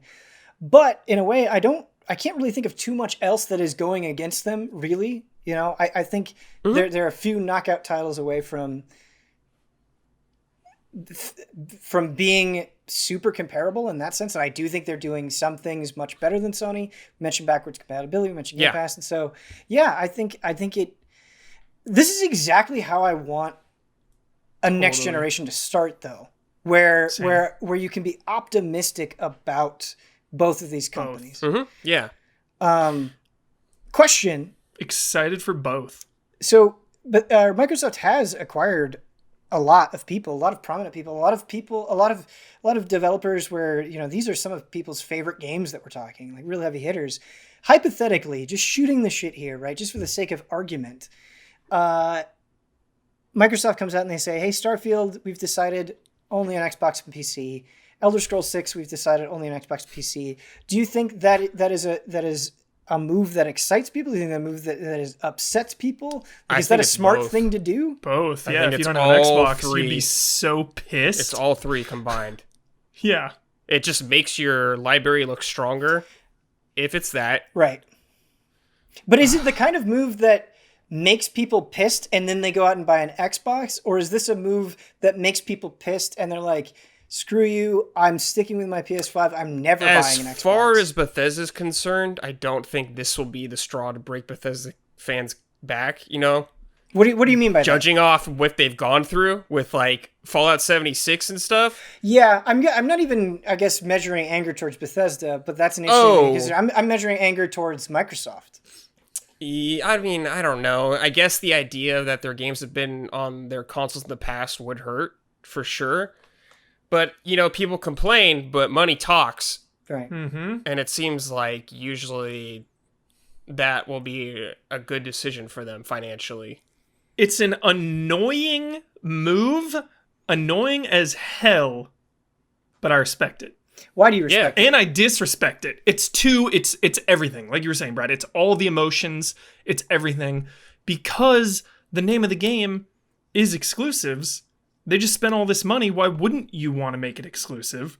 At the same time, they're all about, the industry as a whole now is, let's all play with each other. Let's all, cross-play this, cross-play that. Yeah, but... So if you took these celebrated franchises and you held them, like, I could see it's really intense, but... Again, just playing hypothetically here, I think you could still kind of do this for the people messaging that they've kind of got, where you could be like, hey, you can cross-play it on PC, you can play it there, and we're going to have it on Game Pass day one. Like just hypothetically, having Elder Scrolls 6 on Game Pass could be seen as a, you can't play it on PlayStation, but if you're already subscribed to Game Pass, you have it. Yeah, it's huge. That's an effective move. Oh, yeah, for sure. Like, obviously people it. who don't have a PC capable or an Xbox are going to be pissed if they want to play that game, Right. That sucks. Will they do it? But it's business. Will they do it right now, Brad? Will they do it? Will they do it? Will they do what? Game Pass or exclusive? Make Bethesda games exclusive to Xbox and PC. I think will they do be a case-by-case basis on the game. I think maybe with some games they will do it. Okay. Ben? So Brad says some. I'm really torn. I feel like I have reason to believe that they will and that they won't. But just the fact of like making Elder Scrolls 6 exclusive, like that is a power move to the point where such a flex. Yeah, to the point where I guess I would lean yes, especially after the amount of money that they spent. But I don't know that for certain. And in fact, there's probably information out there that already speaks to this. What if it's that old chestnut, we have Elder Scrolls for the first year. Yeah, that I could easily that see old that. chestnut. Yeah. That is really a fucking chestnut. Yeah. That's like we got it for a year. Yeah, that's like that's like having your cake and eating it too, is what it is. Yeah. That's like what I feel like Sony kind of does with Square. Hubert, I bet that's exactly what it's going to be. I bet it'll be a timed exclusive. First year on Xbox or whatever, first 6 months, something like that. Because that is trying to play every card that you have. We're like, no, we're not locking it down. If you want to play it on your PS5, you can just wait. Yeah. Yeah, exactly. Yeah. That's exactly because they kind of did it with Yakuza. They did. Oh, they absolutely kind of did. Yeah. Yeah. Yeah. You got to wait to play it on PS5. Yeah. So shit. You can play it on PS4. Watch out for that. On November 10th. Yeah. But yeah, it's going to be interesting in a couple of years to see where these companies are within at. 3. I'm fascinated to see where this Bethesda stuff, how that ends up playing out. Yeah, it's strange too, because isn't Ghostwire a PlayStation console exclusive? But didn't they say that they were going to honor? They were going to honor the past deals. Correct. So like Deathloop and stuff like that. Right. That is my understanding of it anyway. Yeah. But after that, who knows? Are we ready for some emails? Yeah. I'd like to see some more Ghostwire. Dude. Same. Huber, I was playing some Evil Within for Gen that was... Spoiler alert. I saw that, dude. I was doing capture on Steam. Yeah, and you saw me playing Evil Within? And I saw you... I captured Evil Within, actually, really? and it's like bad Gray Fox. Yeah. And I was like, dude. I was playing it through the village section, and I was like, I fucking love this game so much. Like, yes, dude. Yes. Yeah, I want more Tango horror, please. In any form. Please. Our first email comes in from Morgan. Hello, panel from beautiful Colorado. Innovation frequently takes place in the game industry, and I think, especially with the new generation dawning, that there is room for a change in a dark area of games entertainment. I'm speaking, of course, of movie tie-in games. Why can't there be a Hitman-style James Bond game, a Rambo game that is a clone of Far Cry?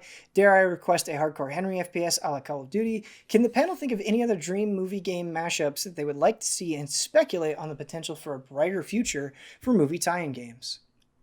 Kojima Productions Pacific Rim tie-in. That's good. It leads into the events of Pacific Rim 3 Kojima style, so you're like fully like a new way to experience entertainment.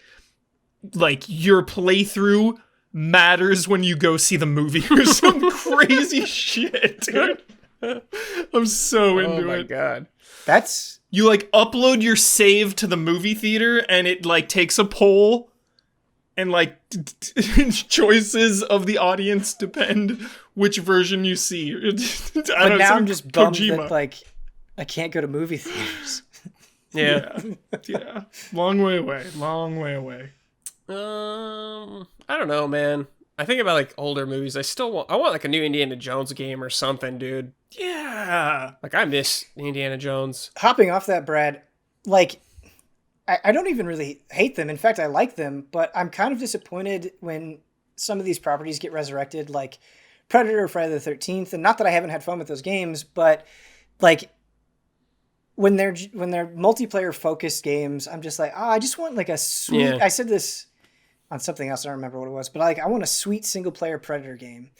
Yeah. Or a sweet Friday the 13th where I'm just playing as Jason going through And the campaign. it's like, not all of them have to be crazy AAA quality games. Like, even just like more retro style games. Like, definitely. What was it? The Mummy Demastered Huber?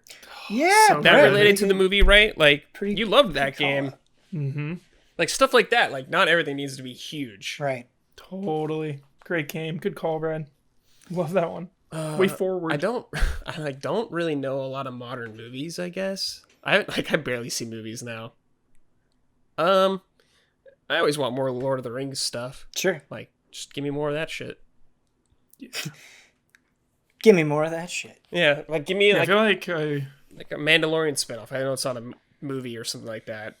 Prequel story. I don't know, some bullshit like that. yeah. Yeah, I haven't really watched any like new movies other than some horror last month.